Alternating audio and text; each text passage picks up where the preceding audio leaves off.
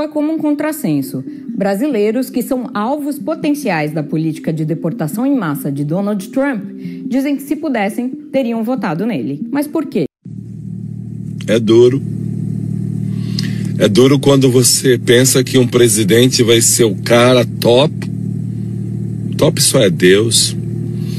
Quantas pessoas torcendo para que esse presidente pudesse ser o cara aqui nos Estados Unidos? Parece que já vai mandar a imigração nas escolas, nos hospitais e nas igrejas. Bom dia, senhoras e senhores. Hoje é 2 de fevereiro de 2025. São 11 horas e 30 minutos. Minha amiga, meu amigo, ele teve só 4 milhões de votos a mais que Kamala Harris em um eleitorado de 240 milhões de pessoas. Vitória magra de Donald Trump no voto popular e mentiras de campanha já o fazem perder eleitores. Para os padrões brasileiros, a votação de Trump foi magra. Ele teve 312 delegados e Kamala só 226. Mas no voto popular mesmo, que é o que interessa aqui no Brasil, ele teve apenas 4 milhões de votos a mais que ela em um eleitorado de 240 milhões de eleitores.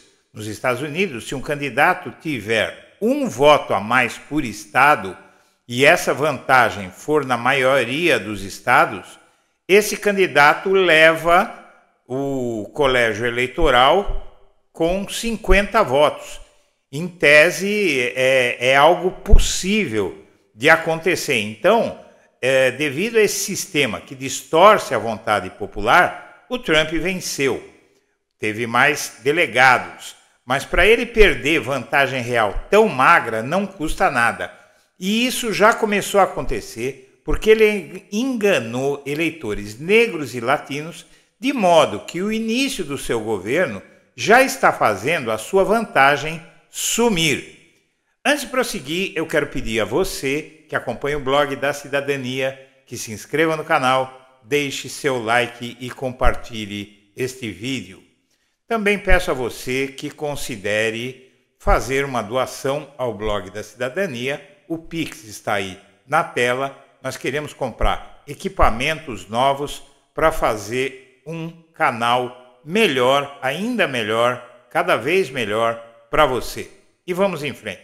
Minha amiga, meu amigo, o fim da apuração nos Estados Unidos mostrou o Trump com 312 votos no colégio eleitoral contra 226 votos de Kamala. Parece uma vitória muito grande, mas essa vitória ela não é tão grande porque, na verdade, em termos de voto popular, ele teve apenas 4 milhões de votos a mais do que ela, e o eleitorado dos Estados Unidos é de 240 milhões de votos, ou seja, não é nada, dá pouco mais de 2% de vantagem contra a Kamala. Muito bem, o que é que acontece? Ele teve essa vantagem muito pequena porque ele enganou latinos, mulheres e negros, e até trans também, pessoas trans, homossexuais. Foi lá, disse que ia ser bom para todo mundo, eu vou ser melhor para os negros, eu vou ser melhor para os latinos, eu vou ser melhor para os homossexuais, eu vou ser melhor para os transexuais, para os negros, né? E aí uma parte dessas pessoas caiu na conversa dele. E assim que o Trump assume, ele começa a tomar medidas, como, por exemplo, ele começa a bloquear congelamento para subsídios e empréstimos. Ele também revoga políticas de inclusão social para substituir o trabalho duro. Então ele acaba com cotas para negros nas universidades. Ele anunciou, com medidas norteadoras do novo mandato, o Trump anunciou a revogação de 80 medidas classificadas como profundamente impopulares, inflacionárias, ilegais e radicais. Entre os decretos estão políticas de valorização da diversidade, ou seja, combate ao racismo. Ele acabou com cotas para negros, para deficientes, para pessoas com deficiência, né?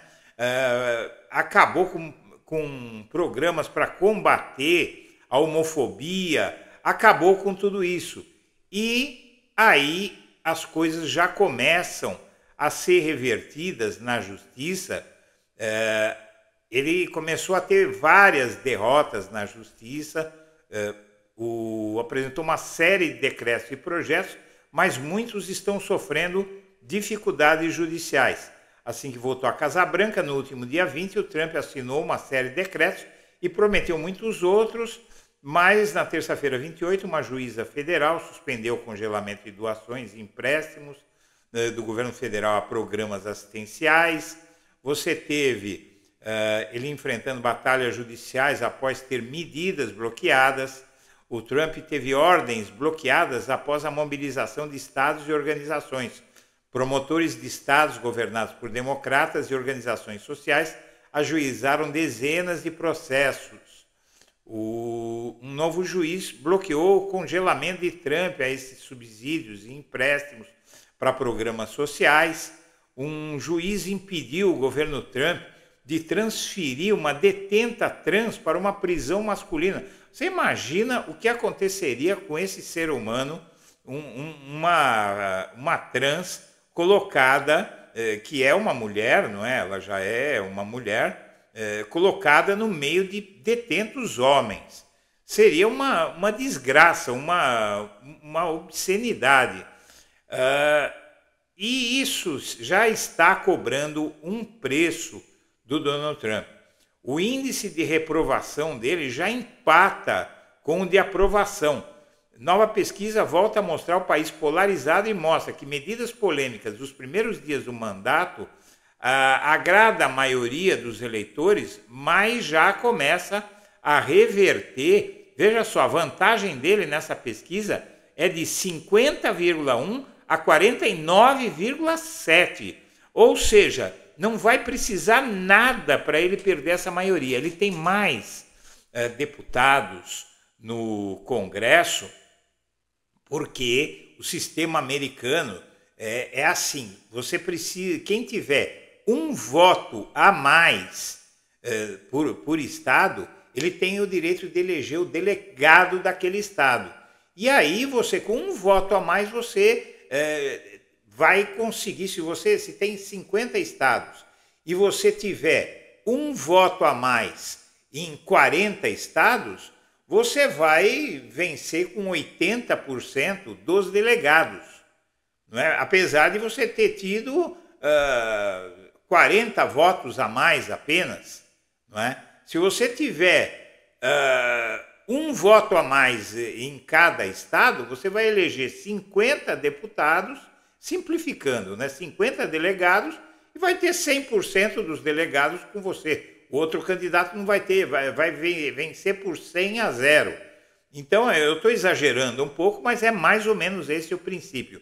Então, a possibilidade de Trump perder essa vantagem, pelo menos no apoio popular, é muito grande. E se isso acontecer, o Congresso vai começar a ficar resistente a ele.